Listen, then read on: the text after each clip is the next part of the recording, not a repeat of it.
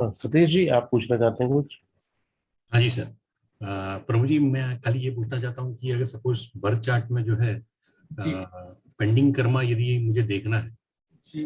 तो कैसे देखना होगा? मतलब जैसे अभी सपोज मैं जानना चाहता हूँ कि मेरा पेंडिंग कर्मा मुझे देखना है तो कैसे करूंगा मैं, वाह, मतलब देख पाऊंगा? ये तो पूरा मतलब देखिए, ये तो पूरा एस्ट्रोलॉजी का क्रक्स है, इसको समझना कि पेंडिंग कर्मा कैसे देखेगा। तो मतलब मैं बोलूंगा इजी भी नहीं है और इजी भी है। तो कुछ ना कुछ आपको कहीं ना कहीं, मैं आपको बताता हूँ, मल्टीपल जिसे बोलते हैं ना एस्ट्रोलॉजी की जो ब्रांचेस है, तो थोड़ा थोड़ा उनका ज्ञान होगा तो आप खुद भी वो डिकोड कर सकते हैं। खुद भी वो डिकोड कर सकते हैं कि जातक के जीवन में प्रॉब्लम क्या है, किस वजह से।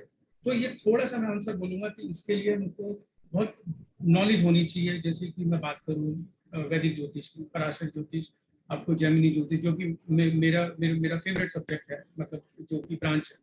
थोड़ा बहुत मैं बोलता हूँ, अगर आपको नॉलेज है भृगुनंदी नाड़ी की, तो you will be able to decode, क्योंकि आपको पता चलेगा ना कौन सा प्लेनेट किस भाव में बैठा है, उस पर दृष्टि किसकी पड़ रही है, वो नीच है या उच्च है।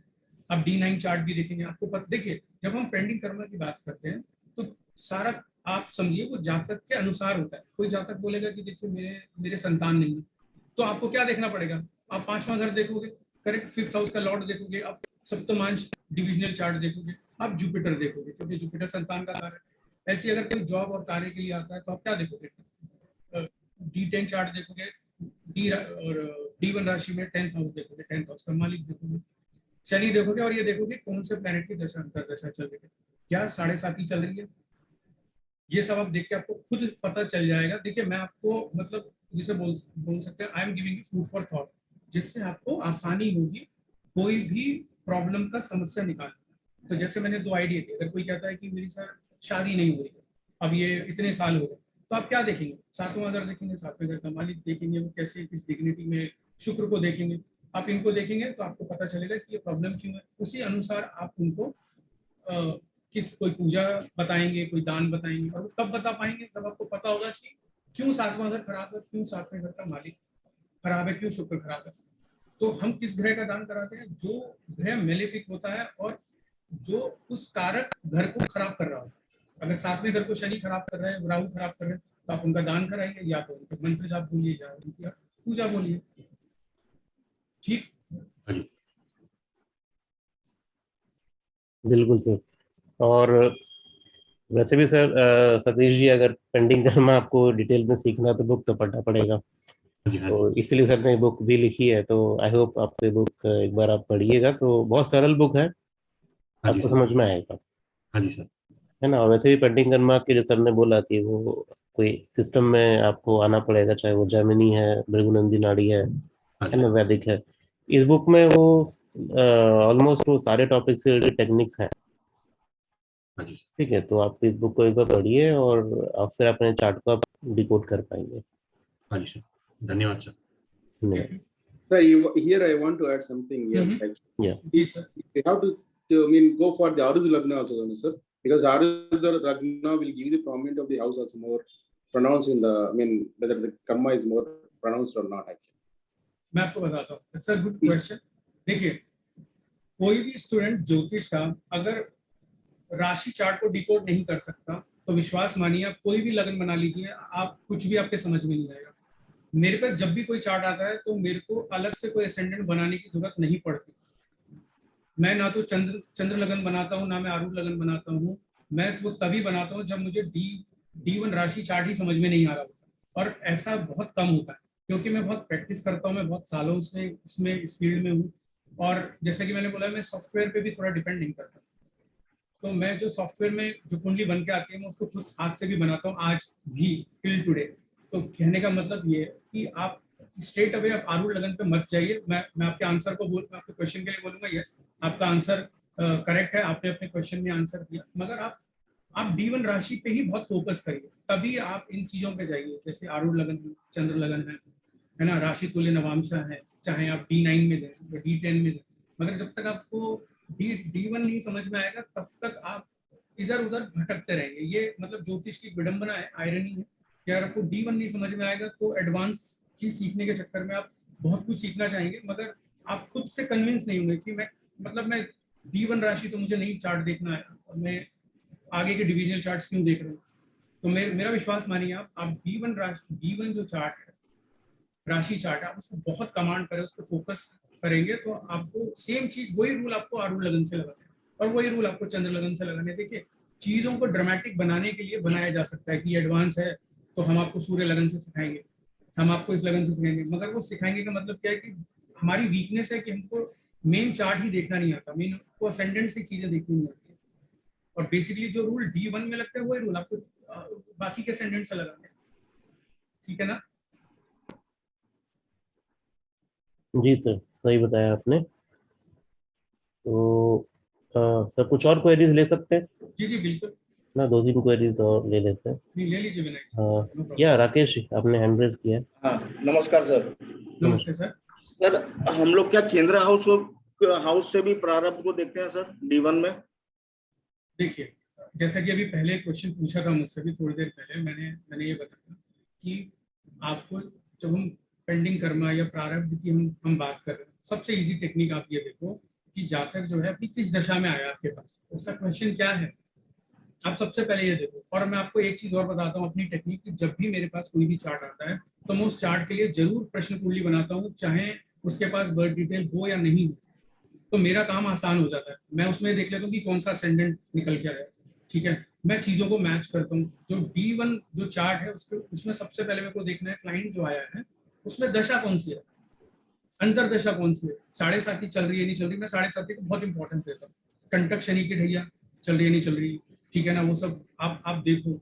आप और उसके क्वेश्चन को समझो, आप उसका क्वेश्चन क्या है, क्योंकि वो क्वेश्चन ये तो नहीं करेंगे कि आप मेरे पूरे चार्ट को सर रीड करो, वो एक स्पेसिफिक क्वेश्चन पूछेंगे, या तो चाइल्ड बर्थ या जॉब या बिजनेस या मैरिज।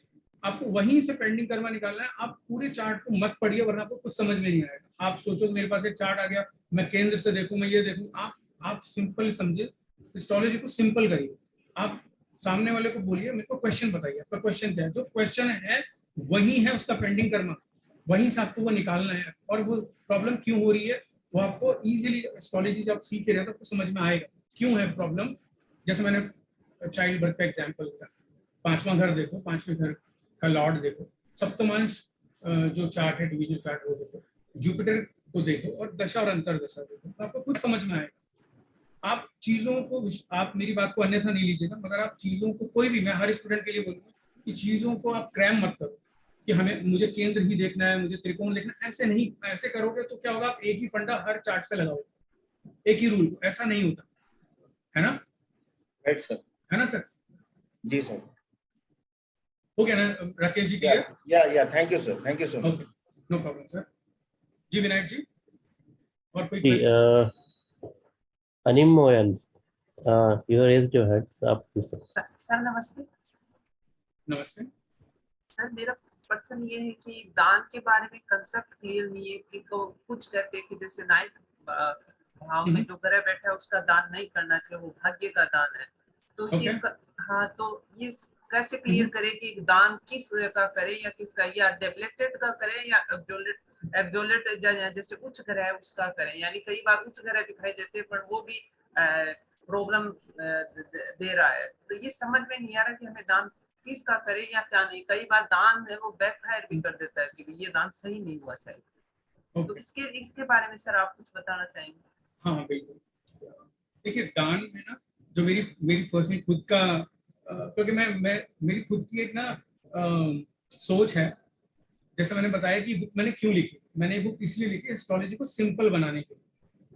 यानी मेरा शुरू से उद्देश्य रहा कि मैं एस्ट्रोलॉजी को सिंपल बनाऊं और मैं सिंपल तरीके से ही सिखाऊं, उसको ड्रामेटिक ना करूं, उसको ऐसा ना करूं कि मैं उसको डराऊं मैं उसको, और लोगों को बोलूं कि ये खराब है कुंडली में, ये चीज है, आओ एक एडवांस कोर्स में हम तुम्हें सिखाएंगे, ऐसा होता है।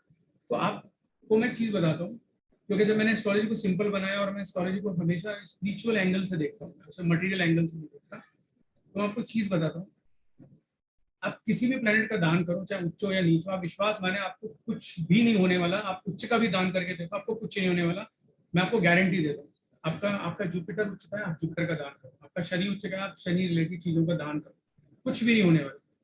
ये सिर्फ और सिर्फ ये जो चीजें हैं ना कि उच्च का दान नहीं करना चाहिए और बेसिकली है ना नीच का दान करना चाहिए, ऐसा कुछ भी नहीं है। अगर आपको एस्ट्रोलॉजिकली भी समझना है तो मैं समझा दूंगा, मगर ऐसा कुछ भी नहीं होता है, ठीक है, देखिए आप समझिए, हमारा शरीर 7 रंगों से मिलकर बना, ठीक है। अब मैं आपको एस्ट्रोलॉजिकली एंगल समझा रहा हूँ।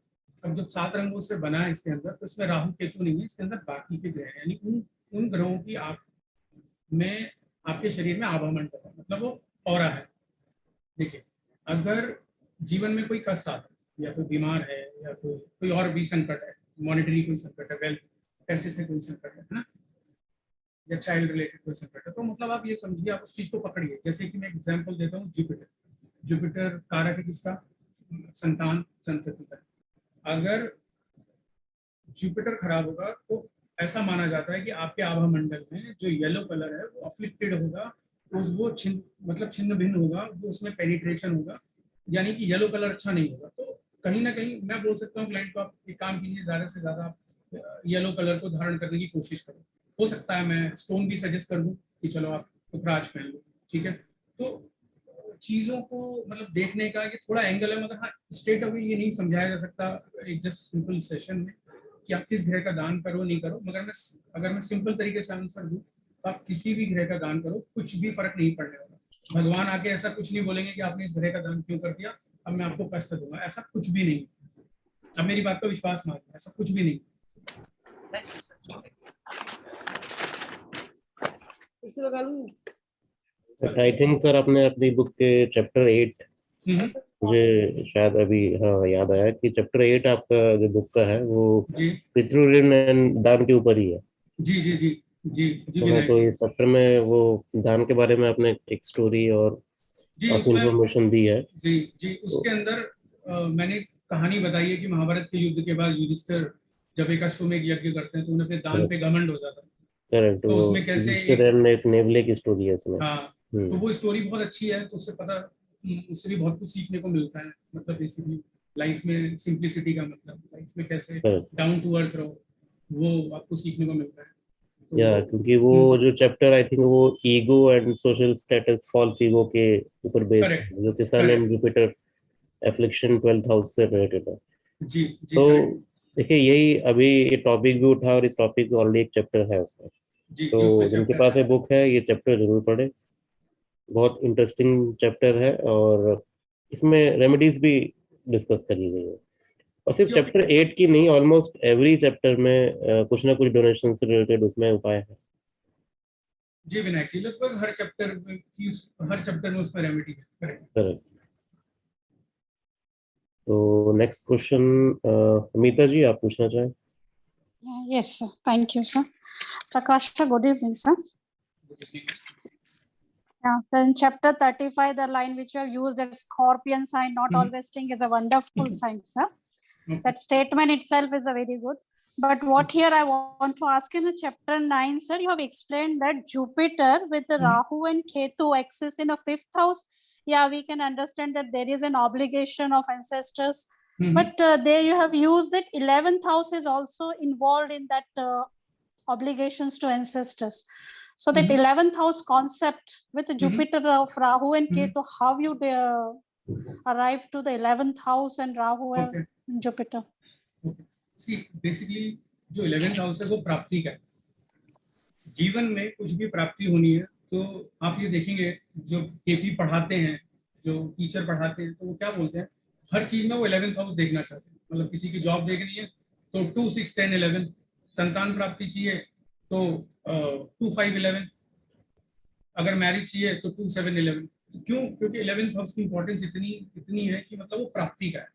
तो अगर प्राप्ति का स्थान डैमेज होगा, प्राप्ति का स्थान खराब होगा, तो बेसिकली हमारा कर्म किस लिए होता है? हम किसी चीज की प्राप्ति करना चाहते हैं, तो वो कर्म एक्सरसाइज क्यों करते हैं? क्योंकि हमें किसी चीज की प्राप्ति चाहिए। अब देखिए मैं आपको बताता हूँ कि पूरे कुंडली में सबसे इंपॉर्टेंट 5, 11 ही एक्सेस होते हैं मेरे हिसाब से। क्यों? क्योंकि 5 जो 5th हाउस है वो पूर्व पुण्य दिखाता है आपके पास लाइफ के। अगर आपके पास लाइफ के पुण्य अच्छे हैं तो आपके जो जस्ट राइट ऑपोजिट 180 डिग्री पे जो 11th हाउस है उससे आपकी प्राप्ति जो है वो अच्छी easily without putting too much effort हो सकती है। तो अगर 11th हाउस और 11th हाउस का लॉर्ड ऑब्स्ट्रक्टेड है या 11th हाउस में जो प्लैनेट बैठा है वो ऑब्स्ट्रक्टेड है, either coming into Rahu Ketu axis और पापकर्त्री दोष, तो 11th हाउस में प्लैनेट होने के बावजूद भी प्राप्तियां नहीं होती है। क्योंकि 11th हाउस अपने आप में अफ्लिक्शन में है बिकॉज ऑफ राहु केतु। राहु केतु का काम ही क्या है? ऑब्स्ट्रक्शन देना। करेक्ट? इजी? और should I explain more? No, sir, it is, but only the Mhm. my considering point was a Jupiter, because when Jupiter will sit with either Ketu or Rahu in 11th house, it will directly go aspect 5th house also. And Correct. in that case, if the 5th house has a good dynamics, then will this obligation to ancestors will that time also will work? No, na sir. See, when you say 5th house, when you say 5th house, I think you use the statement 5th house will be little good, right? Something like that. Yeah, but Jupiter from 11th, it will aspect Okay. to 5th house, and the Okay, okay. dynamics of 5th house is already good. Okay. Let me tell you one more thing. Jupiter is not always benefit. Please understand there is a concept in Vedic astrology, Marak and Yog Dharak, by looking at the ascendant.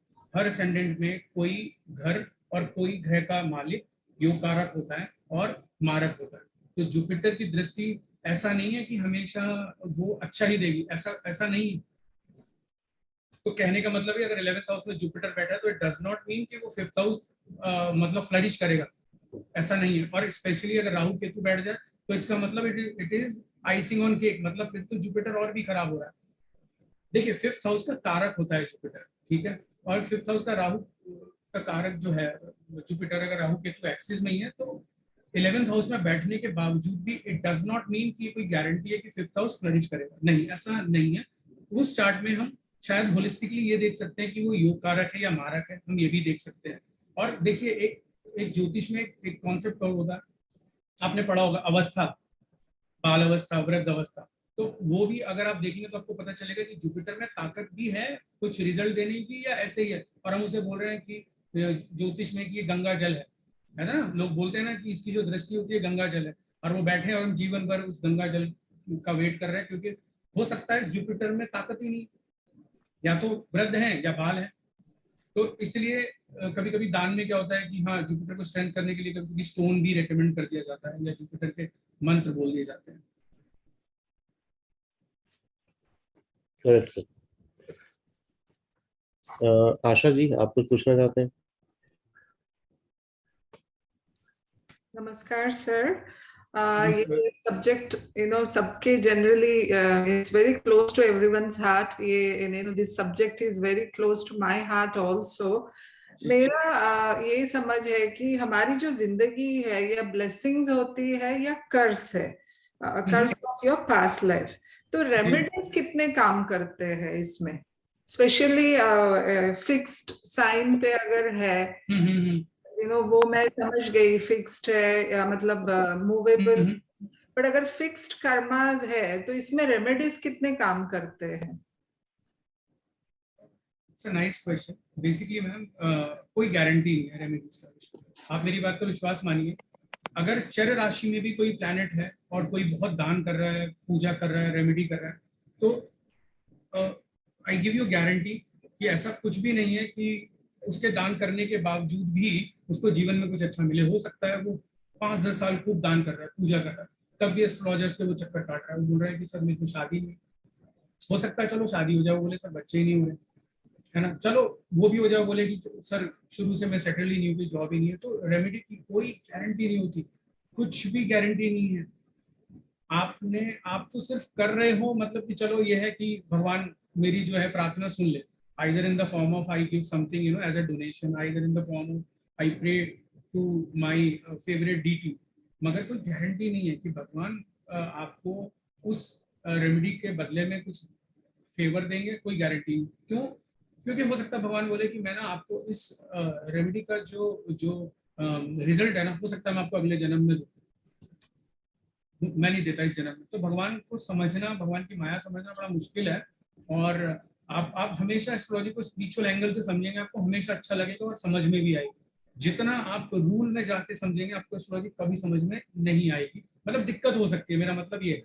तो remedy का मेरा तो personal experience ये है, जितने भी clients मैंने बात की है, रेमेडी की कोई गारंटी नहीं है। रेमेडी आप कभी कभी आप ये मान सकते हैं कि अगर अच्छे गुरु मिल जाए आपको लाइफ में और वो कहीं ब्लेस कर दें आपको, तो विश्वास मानिए उनकी ब्लेसिंग से ही काम हो जाएगा। या आपने कुछ, उन्होंने कुछ सजेस्ट कर दिया और आपने जैसे ही किया अगले दिन आप ठीक हो गए या आपका काम बन गया। तो मैं ये मानता हूँ ब्लेसिंग के नाम पे मैं इतना हमेशा मैं इंसिस्ट करता हूँ कि आपके लाइफ में ना कोई गुरु होने चाहिए और गुरु की ब्लेसिंग आपके ऊपर आते रहनी चाहिए, क्योंकि विश्वास मानिए अगर गुरु है तो जीवन के कोई भी दुख कट जाएंगे। Yeah, I agree.